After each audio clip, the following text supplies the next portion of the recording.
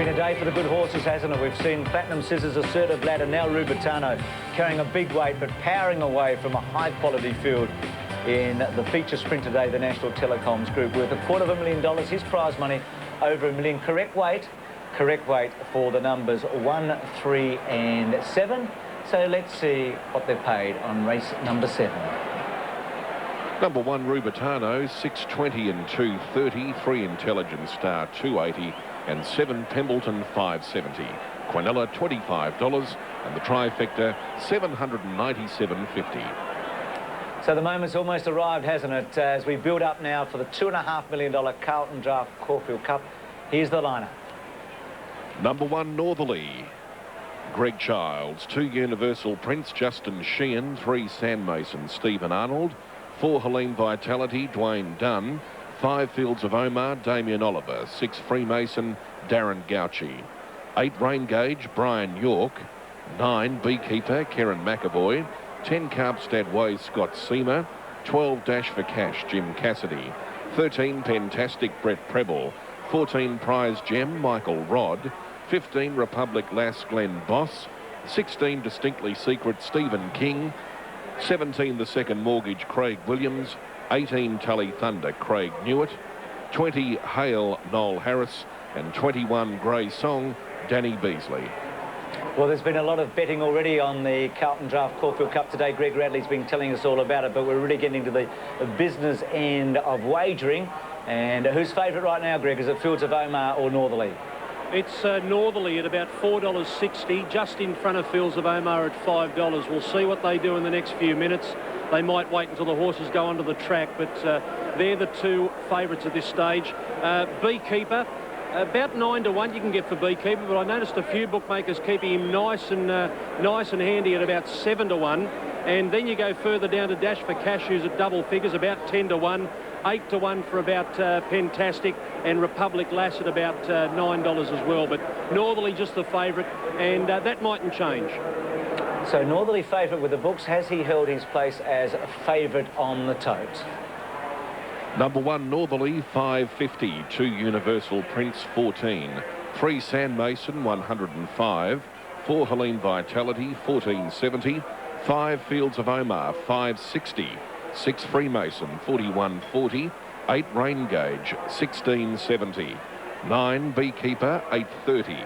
10, Carbstad Way, $56.80. 12, Dash for Cash, $8.20. 13, Pentastic, $9.60. 14, Prize Gem, $47.20. 15, Republic Lass, $13.80. 16, Distinctly Secret, $47.30. 17, The Second Mortgage, $18.50. 18, Tully Thunder, $51.10. 20, Hale, $57.70. And 21, Grey Song, $168.40. So nothing between Fields of Omar and Northerly, basically. There. Which way have you gone, Max, in the Carlton Draft Caulfield Cup? I thought number 13, Pentastic, could win the race. He's a 4-year-old. He's on a nice weight, 52. I like his lead-up performances. Of course, it's a race of luck in running. But I do think that with 52 on it, he can afford to make a couple of mistakes, whereas Northerly, 58, obviously Greg Childs has got to do everything right. So Max going for 13, Pentastic. Graham Samperial, other expert, going for number 1, Northerly. Michael Moroney's trained a Melbourne Cup winner. He'd love to have a Caulfield Cup winner. He's got the lightweight chance, The Second Mortgage. Here's Peter Donegan. Michael Moroney, what difference is the late change of rider in the past couple of days going to make to you? Look, Stephen Bassett had a ride on the Second Mortgage before, and it was Craig, so I think it really makes a big difference. Both guys know, the Melbourne tracks and that, and that's why we ran with Craig, because he does apprenticeship here in Melbourne. So we're confident that Craig will do the job.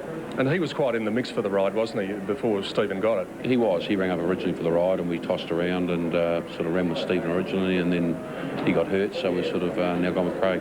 Gee, I bet you'd swap the luck you had last week for the luck today, the same luck today, because he had a beautiful charmed run last week. Yeah, that's right. Look, when we get the same sort of run, it'd be great, but it's a bigger pressure sort of race without any doubt, the Caulfield Cup, so we expect it to be slightly differently run.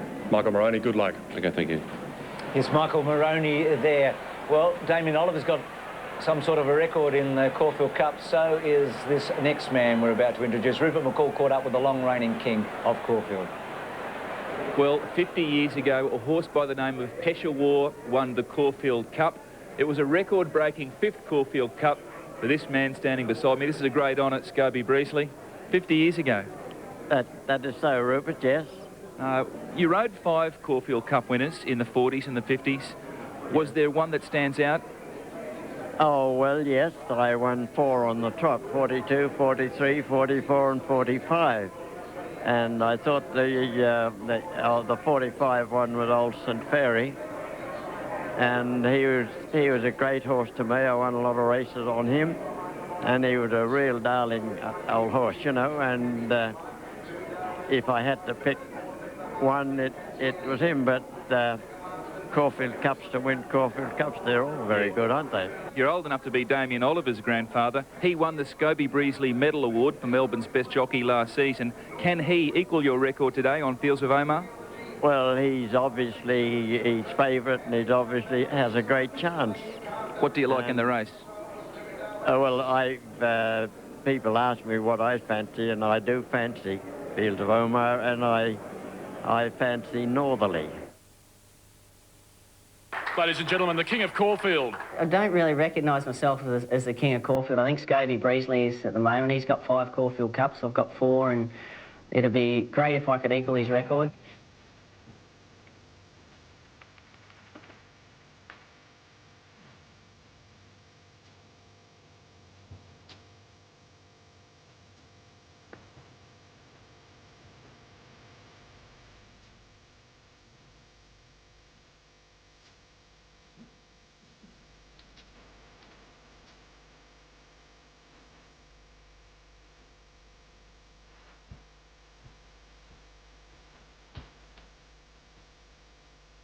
The cross better is involved. Golly, I don't know. And Palace Lane wins it. Dorima's got on a neck to count Chivers. Sky Heights by a nose.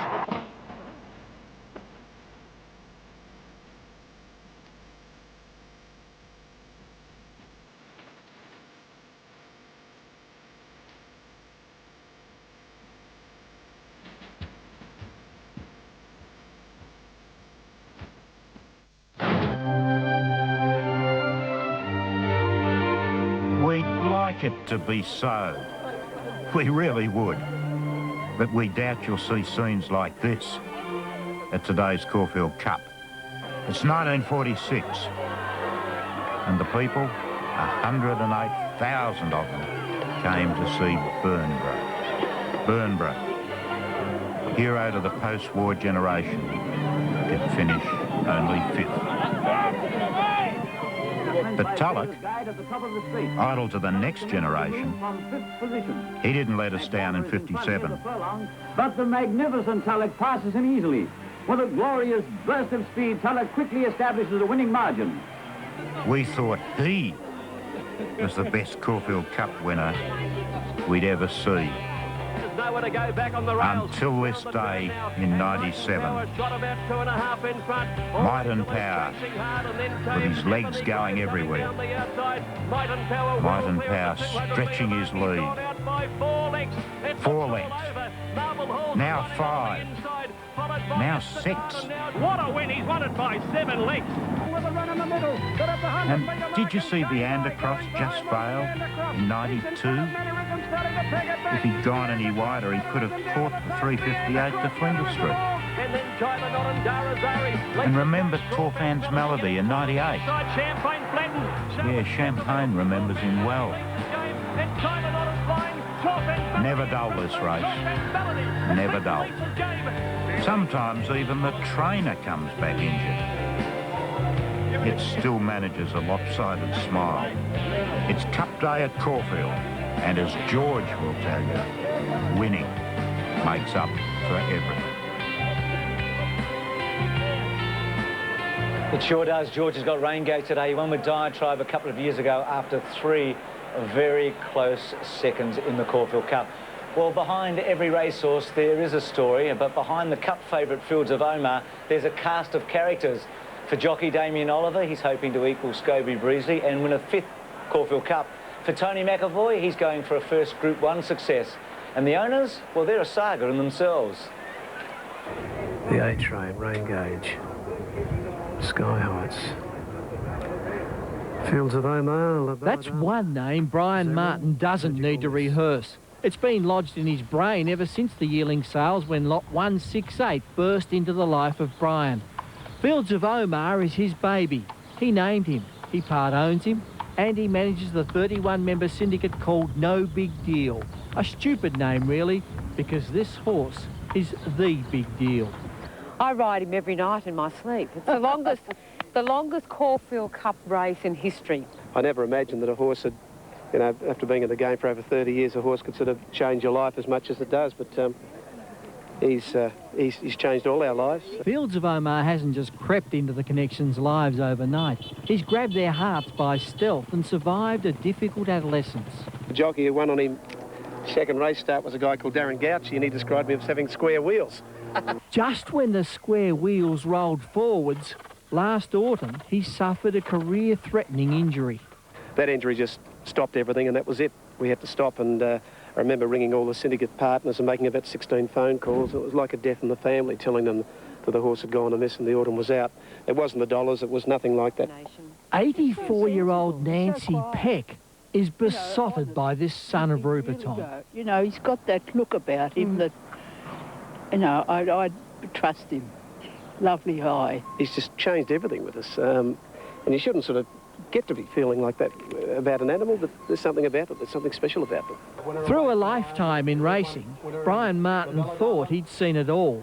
But in his perch before the Feehan Stakes, he was learning a new technique, how to call a race with your heart in your mouth. I think it's just a great feeling to be here, to be one of the runners, to be in such elite company as a horse like Magical Miss. Yeah, the caller, he was a bit excited. Brian, he did a great job. It must be very difficult calling a horse of, that you're interested in a race like that. Heights, 400 metres to go. La Bella Dama, a neck in front of Zagaletta, a neck the outside. Magical Miss, the leader starting to shift ground, and Fields of Omar's got the rails run. He's got up on the inside, turning for home. On the bend, Zagaletta, Fields of Omar got up on the inside, and Magical Miss is wider out on the track. Fields of Omar, Magical Miss, and Zagaletta. Magical Miss on the outside. Fields of Omar coming again. Fields of Omar fighting back with Magical Miss. Yes, Omar! Fields of Omar, a half neck on the line, Magical Miss. Magnificent ride here by Oliver. Matty, take over, mate. I want to be a part of all this. Thank you. Good on you, Brian. What a big thrill for you and the team to race Fields of Omar, and the horse got a beautiful run through where La Bella Dama led them up, turning for home. Fields of Omar with the new rider, Damien Oliver. And you know what? You just hold it like a chair. That's close. Get next to off the chair. While Omar is a horse of the people, lots of people who reckon this is anything but no big deal. His home fields are a world away from the big smoke. On Lindsay Park, Euroa, a $5 million spread with its sweeping uphill 1,400-metre track, he's in horse heaven. Just over a year ago, he won a Class 3 1,200-metre race at Kyneton, and now he's running against the best we have to offer in this country, and he's very competitive. If Fields of Omar's season has been blessed, maybe this is the godsend. They call it the Prophet's thumbprint, and it's formed by the foal's hoof rubbing against his neck in the womb. Yes. Prophet's thumb. Yeah. Sign of greatness. Inside when he was being carried, yeah. The Arab horseman, yeah. They said it was a sign of greatness. Did they? Yeah, the Prophet's thumbprint. Just a beautiful creature. Just, you know, I don't know what we'd do if anything ever happened to him. And that's the thing that you just hope and pray that he goes out and he gets through it okay. Brian, is your affection healthy? I don't know. I'm not too sure about that. It worries me. Just can't sleep. And this has been 2 and 3 weeks out before the race. You should be able to sort of, you know, rise above something like this, but it's changed all our lives. It's not me, it's the family, it's friends, it's people in the syndicate, and when I sort of talk to them, they're going through the same thing. You know, when you're pacing the house at 3 o'clock in the morning, how does the dream finish? The dream finishes holding that beautiful big trophy up, the Caulfield Cup. Right now, up in the commentary box, there's a race caller who's spent the last week talking to a horse. You don't want to be giving Northerly too big a start, really. That's the thing. You don't want to give. It's too hard to get past. I know we've got the weight pull. You want to know where Helene Vitality might be, strong at the end. And the races are virtually one on the turn. Virtually one on the turn. I don't look as though I'm mad, do I? Brian Martin, well, I caught a few races in my time. I certainly didn't have a Caulfield Cup favourite. He will be bursting today and the adrenaline will be flowing. He'll be shaking with excitement. I'm sure he'll give a professional call, but for his sake, I hope the horse runs a great race. Yeah, what a wonderful story, though.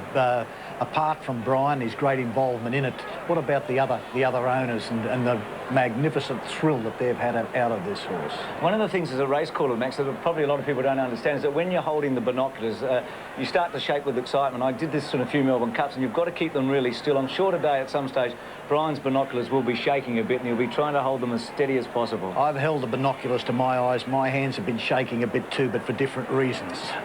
No doubt about that. Now, the jockeys, Des Gleeson, the Chief Stipendiary Steward, has spoken to the jockeys. They're about to be introduced to the public. Here's Peter Donegan. Ladies and gentlemen, would you welcome the riders in the 125th running of the Carlton Draft Caulfield Cup. Leading off, aboard Northerly, a man who's ridden him 5 times for 5 wins. The winner of 2 of the past 3 Carlton Draft Cox Plates. Aboard Sunline, number 1 Northerly, to be ridden by Greg Childs. Aboard number 2, Universal Prince, a man who's forged a great affinity with this horse. Their biggest victory together being last year's AJC Australian Derby. Justin Sheehan aboard Universal Prince. Riding number 3, Sam Mason for Tony McAvoy, a man best known recently for his successful partnership with the ill-fated Crown Oaks winner Magical Miss. He rides tall in the saddle in more ways than one. Would you welcome Stephen Arnold? Aboard number 4, Helene Vitality, a man formerly from Adelaide, now establishing himself as one of Hong Kong's leading riders, and he rides for one of Hong Kong's leading trainers. Number 4, Helene Vitality. Welcome back to Caulfield, Dwayne Dunn. Number 5, Fields of Omar, will be ridden by a man attempting to equal the feat of the legendary Scobie Breesley, who won 5 Caulfield Cups. This man has won in 92, 94, 95 and 99. He is the king of Caulfield, Mr. Damien Oliver. Aboard number 6, Freemason, a man who will partner this horse in the Cup for the 2nd successive year. Freemason lining up for the 3rd year in a row, having run 4th in 2000 and 10th last year. One of our most popular riders, number 6, Freemason, to be ridden by Darren Gauci. Aboard number 8, Rain Gauge, for George Hanlon, a man who knows what it's like to taste victory in Caulfield's biggest race, having taken out the Cup aboard Impazira 14 years ago in 1988. Number 8, Rain Gauge, to be ridden by Brian York. The imported galloper Beekeeper is to be ridden by a young gentleman who became a household name in the spring of 2 years ago when he steered Brew to victory in the Melbourne Cup. He is a Group 1 jockey, Beekeeper, to be ridden by Karen McAvoy. And now, a man who will never forget this day 12 months ago when he went from a handy jockey to a starring role aboard Ethereal. In a way, he's the defending champion. Aboard number 10, Carpstad Way, for Chris Wood. Welcome back to the scene of his great triumph, Scott Seaman. Number 12, Dash for Cash, to be ridden by another one of our popular riders, a man who's won this race on 2 occasions. Diatribe 2 years ago, and one of the greatest ever with Might and Power back in 1997. The Pumper, feeling at home aboard Dash for Cash, Jimmy Cassidy. 13, Pentastic, will be ridden by a young gentleman who lived up to his full potential with record-breaking performances at the Melbourne Cup Carnivals of 1999 and 2000. 13, unlucky for some, lucky for others, Pentastic, Brett Preble. Aboard number 14, Prize Gem, one of Australia's hottest young jockeys. He only decided on racing 4 years ago. Already he's captured a Brisbane Jockeys Premiership. Riding in his first Carlton Draft Caulfield Cup, 14, Prize Gem, Michael Rod. Good luck, Michael. Number 15, Republic Glass. What a story it is for this man, for so long considered in the upper echelon of Australian jockeys. He was told he'd never ride again after a horror fall earlier this year, but he won the Group 1 Toorak last Saturday. He is the boss man aboard Republic Glass, Glenn Boss. 16, Distinctly Secret, will be ridden by one of 4 riders to have already won the Cup. His victory coming in 1991 aboard champion mare Let's Elope. He's already won the 2 feature races on the first 2 days, the Caulfield Guineas and the 1000 Guineas. Aboard Distinctly Secret, number 16, Stephen King. Number 17, The Second Mortgage, is to be ridden by a young man who's a last-minute replacement for Stephen Baxter, who was injured here on Wednesday. He's flown in from Hong Kong, especially for the ride today, and he'll fly out tonight, maybe with the Caulfield Cup in his possession. Would you welcome back to Caulfield aboard the second mortgage, Craig Williams. 18 Tully Thunder is to be ridden by one of only 2 apprentices in this race, a young man rapidly making a name for himself in Melbourne after taking Tasmanian racing by storm. Aboard 18 Tully Thunder, Craig Newitt. Number 20, Hale, is to be ridden by a man who's been coming to Australia for the big races for 4 different decades, since partnering Glenn Gowan to second placing in the 1973 Melbourne Cup. The veteran of the field aboard Hale, number 20, Noel Harris. And aboard number 21, a young man who earlier this morning thought he would have been at Caulfield, sitting up in the stands like the rest of us, watching the great race being run. But he's picked up the last-minute ride when this horse has made its way into the field. A Group 1 winning jockey, one of Sydney's best, riding Grey Song number 21, Danny Beasley. Ladies and gentlemen, there you have the field for the Carlton Draft Caulfield Cup of 2002. And just before the riders make their way back for the last moment preparations, I'd ask you to join me for a moment in remembering, with a moment of silence, the tragic events that took place in Bali last weekend.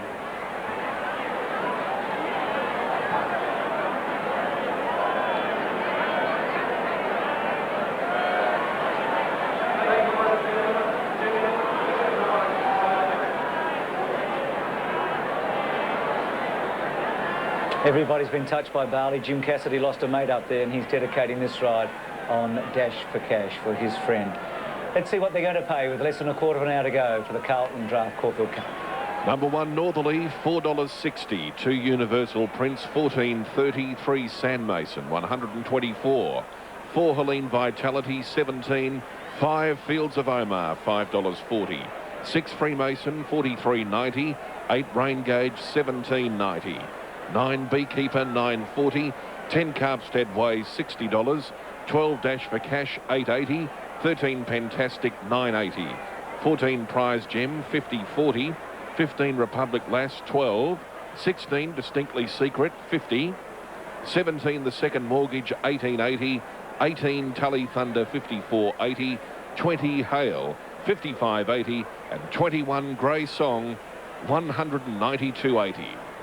So Northerly heavily back there, clear-cut favourite on the tote. Republic Lass is in 3 points from $15 into $12. What's happening in the betting ring? Here's Greg Radley. Well, Northerly and Fields of Omar, the 2 equal favourites. Northerly's just the favourite, I should say. Fields of Omar just drifting out of touch.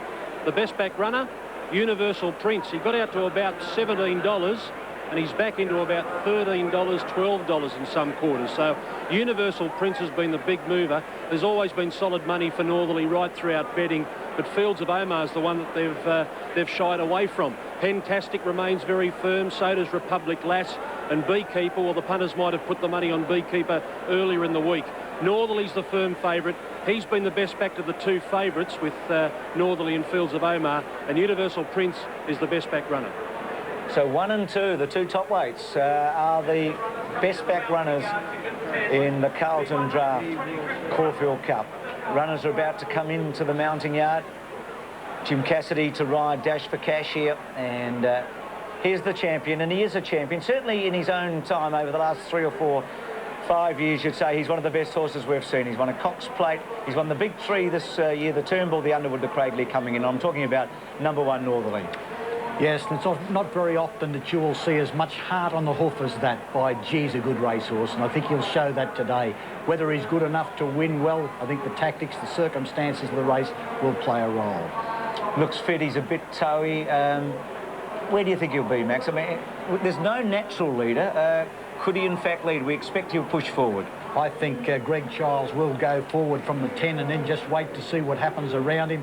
I would expect Sandmason to go across from a wide gate, perhaps try and take up the running, but that's what the Caulfield Cup is renowned for, that jostling for a position, that run to the first turn, the most vital part of the race apart from the finish. So from Northerly to Universal Prince, he's got a fantastic record at this distance. His last start was disappointing in the Epsom. Before that, a slashing run in the Tramway. He's been second in a BMW, won the Ranvet in the autumn. He won the AJC Derby and was second in Victoria Derby. It's a very good CV. It is. Alas, he was beaten in the Epsom. It was the worst run of his career. However, that was over 1,600 metres. Trainer Bede Murray is confident that he was ready for a mile and a half then. If you go on his best form, he's right into this race, and he'll certainly have no trouble with the journey. So Universal Prince now Sand Mason. His best form is a win in the Group 2 Hardwick Stakes at Ascot in England over 2,400. But his couple of runs here, 8th in the Underwood, his second last run was okay, but he disappointed in the Metropolitan. There were excuses for him in the Metropolitan. He copped a check over the latter stages. It wouldn't have put him right out of the race, but he was running on the inside section of the track, and that was slower on the day. Still, I'm very concerned about his lack of real form, but he should press forward. He could well be the leader. For Helene Vitality, 4th in the Turnbull. He ran second in Dubai earlier this year behind Naif, who's favourite for the Champion Stakes in England tonight. Marion Bard was 4th in that race. He won the Arc de Triomphe 2 weeks ago. He won the New Zealand Derby in 1999 under the name of Hades. It is a concern that he's only won 3 races, but the progeny of Zabeel don't really get the opportunities to shine in Hong Kong. He has been second to some outstanding horses, has beaten some outstanding horses home, so he's one that you've got to consider. Speaking of outstanding, he has an outstanding trainer in David Hayes. He's with Peter Donegan. It's great to see him back at Caulfield. Nervous moments before the race? I'm actually a bit nervous. It's a long way to run badly to come, and I've got high expectations, so I think he run really well. But he's taken on and beaten some of the world's best in his career. Oh, yes, he has, and he's got the conditions to suit today, and there's a few horses with queries over the distance, and he'll stay, and he loves firm ground, so I think he's a great each-way chance. Great to see you at Caulfield. The best of luck. Thank you. David Hayes, now based in Hong Kong, has won a Caulfield Cup with Fra. Here's 5 Fields of Omar, ironically from the Hayes stable. Tony McAvoy at Lindsay Park. Perfect form, really. 3rd in the Turnbull, won the Fee and 2nd in the Memsey. Loves the track, has won 8 out of his last 10. Fields of Omar, though, has a distance doubt. Will he get the 2,400 metres? Well, he's certainly got the jockey to do it, Damien Oliver.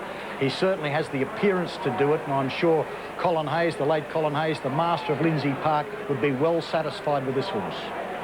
Freemason, his 3rd Caulfield Cup start, 4th 2 years ago, 10th last year. His form is better than it appears, and he's got a good outside chance. Rain Gauge, number 8, was 6th in the Melbourne Cup, won the Moonee Valley Cup last year, 7th in the Turnbull. I don't know whether this is his race, but he's a very promising stayer, and certainly I'll be looking at this run from the Melbourne Cup point of view. Beekeeper's fascinating. One at Doncaster last starts, had 2 starts in the last 2 years, so lightly raced. Well, if he reproduced his British form, he'd certainly be right in this, but that's the big question mark. Looks superb. 2 years ago, Carpstead Way was favoured. He ran 2nd in this race and went on to run 4th in the Melbourne Cup as his 3rd Caulfield Cup. Well, the Carpstead Way has always preferred a firm track, and by gee, he gets it today. Dash for Cash, interesting. He's horse number 12 with Magical Miss number 11 being scratched. So Dash for Cash, 2nd in the Turnbull, 6th in the Dubai Cup, won a Futurity and an Australian Guineas in the autumn. He's on top with quite a few good rating systems. However, there is a distance doubt there, but he's got the jockey too and the trainer, Rick Hall-Lacey. Fantastic, 13, that's what they're racing for. 5th in the Turnbull, won the Emirates Classic before that. 3rd in the Derby in Sydney. Well, of course, he's a 4-year-old. 4-year-olds are the most successful age category in the